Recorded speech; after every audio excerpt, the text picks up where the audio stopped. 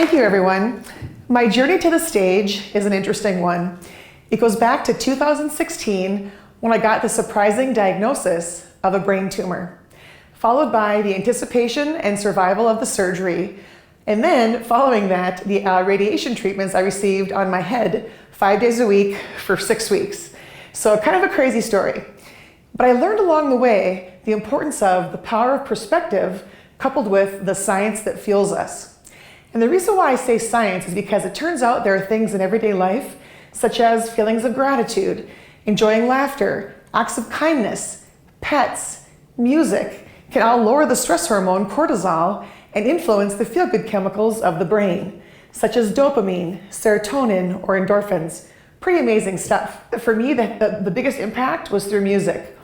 And as far as music affecting people physically, all I can say is that there's a reason why there are stories out there of people who have Parkinson's disease, who have a hard time walking, but if they dance to music that has meaning for them, they can have a smooth gait. It's because their dopamine levels are up and those stress hormones are down. There are also stories out there of people who have dementia who might otherwise seem kind of agitated and a little bit distant, but if they hear music, again, that has meaning for them, it can actually help them be more engaging with people and not quite so agitated. Again, it's that science of music. As far as how it helped me, it was during my radiation treatments.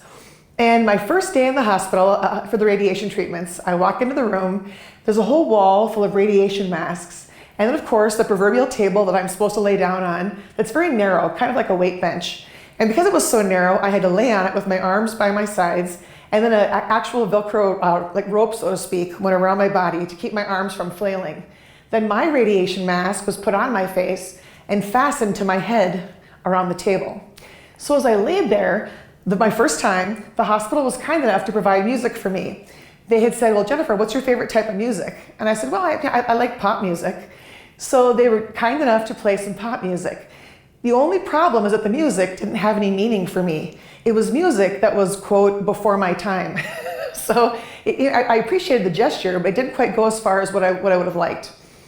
So being the consummate extrovert that I am, I said, would it be possible for me to make a list of music on my smartphone that I could then bring to the hospital, put it in their docking station with the speakers, and then listen to my favorite actual bands and songs as I'm having the radiation treatments on my head? Thankfully, the radiation techs said yes. So without missing a beat, I took my phone and I added music from back when I was in high school. I thought about things like my first kiss or my first car in college, like different things had positive memories. And with that in mind, I added bands that had music that actually represented hip hop and old school like hair band music as well. So anything from, could be Rapper's Delight by the Sugar Hill Gang, which you'll hear about a little bit more later, to hair bands such as Skid Row or Bon Jovi, that kind of thing. But again, music that had meaning for me. Now the reason why, whether it's people who have dementia or Parkinson's disease or the stress that I endured from actually being on the radiation table, the reason why music could actually affect us physically, but it had to be music with meaning, is because there's actually a part of neurology, actual neuroscience that's a study now called neuronostalgia. With neuronostalgia, this actual study shows that music that you hear between the ages of 12 and 22, you're taking in as all that neuroconnectivity is taking place in your brain. You're literally getting older. Your brain is trying to absorb things it's taking on in everyday life. Your brain is thinking, okay, I want to make sure I can memorize this, whether it's muscle memory or having memories of different things that are positive as far as what you're thinking. And so it's interesting to note how that can make a huge difference in not just listening to music, but your favorite songs.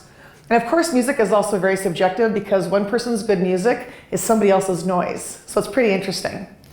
But fast forward to 2022, because I shared what I learned in a book that I wrote and also as part of my speeches at a neuro-oncology conference in Hamburg, Germany. And as I stood there amongst all the different neurosurgeons and neurologists and neuroscientists and what have you, there was someone who approached me and said, my people said that I should ask you about your book. And I said, well, yeah, that's great. I said, what do you do and where are you from? And the guy said, well, I'm a neurosurgeon at a children's hospital in Denmark. And I said, well, thank you for doing what you do. And he kind of looked at me like, well, why should I care about your book? And why should I care about your speeches, you know? And I said to him, now let's just pretend that you're a patient, not the surgeon. And he goes, okay. I said, if your hospital asked you, what's your favorite kind of music, what would you say? And he said, well, I would say classical, of course. And I went, all right. I said, who's your favorite composer? And he goes, well, Tchaikovsky. And I said, okay. I said, who's your least favorite composer? And he rolls his eyes and he goes, ugh, Mozart. And so I said, okay, let's now go back to the hospital. I said, if you're at the hospital and they ask, what's your favorite type of music? And you say classical, what if they play Mozart the whole time? You're gonna hate it because you'd rather have Tchaikovsky. So to me, there's more added value if the hospital could ask, what are your favorite artists, in this case, composers, and what are your favorite songs, not just type of music. And that's what ties in with neuronostalgia. It's things like that that you actually grew up listening to, which in his case was classical music. Pretty interesting stuff. And then for me, circling back to my radiation treatments, there was one day in particular when I was laying on the radiation table and I was listening to one of my favorite songs. And as I lay there with my eyes closed and took in the lyrics, and I was kind of like singing in my head at the same time, all of a sudden I got disappointed because the radiation machine turned off. And I thought, I kid you not, like logically, I shouldn't want more radiation on my head. But in my head, I thought, I don't want to miss the rest of this song. It's like I forgot where I was, because in my mind, I was so lost in the song, I forgot that I was on a radiation table having my treatment done. So it was pretty interesting. Well, I later learned by talking to one of the nurses about what happened to me, and she goes, Jennifer, have you ever heard of the term called highway hypnosis? And I said, well, no, I've never heard that term before. She said it happens to people when they do things such as drive home from work, and all of a sudden they get home and they're like, yeah, I have no idea how I just got here. Because it's like their mind was separate from their body when they were driving. And obviously they drove safely, but there's a lot to be said for the fact that their mind was elsewhere because they were so relaxed. Well, that's a huge gift when you're having radiation treatments on your head to get so lost in the music that I didn't even know to be nervous. So it was a true gift. And then the other thing that, as I mentioned earlier, as far as like Rapper's Delight goes, one of my favorite rap music songs was during a radiation session, that was the song of the day. And the radiation tech's job, if you will, was to have me situated on the radiation table. He had the mask fastened to my face. He had the strap around my arms. He had me laying there. Everything was good to go. He then went over to my music. He started playing Rapper's Delight, which starts out kind of disco-y, and then it goes from just the straight disco music to the guys rapping. And then the radiation tech goes over into the observation room to turn on my radiation. Well, once he got in the observation room, it's full of like computer monitors and a huge window to see me and a microphone to give me directions if needed. And then of course, the button to turn on the radiation. Well, before he turned on the radiation, over the music and over the microphone, he said, and today we have a little radiation for the ladies. And of course I could hear him. It was almost as though I was at some kind of a nightclub as opposed to being in the hospital. The music coupled with the laughter, again, made me forget where I was.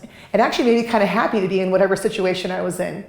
And it didn't just benefit me as the patient, it also benefited him as the caregiver. I know a lot of times people just think about the underlying patient, but the caregivers have needs too. And imagine having a job where no one wants to be there. The patients are probably projecting their frustrations or their fears onto you. So for that radiation tech to also be laughing on the inside, or out loud for that matter, enjoying the music, goes a long way too. And I believe that if hospitals consider this, if they actually have the presence of mind to proactively ask their patients, whether it is for an MRI scan or a radiation treatment or a PET scan or whatever the ominous machine is going to be and whatever the patient is going to be experiencing, don't just ask for favorite kind of music. Again, ask for favorite artists, favorite songs. Because in doing so, you can benefit the underlying patient.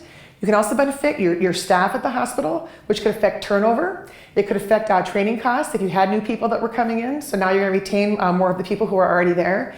And it could actually lower the overall liability of the hospital by reducing sedation rates. There are actually studies out there that prove that.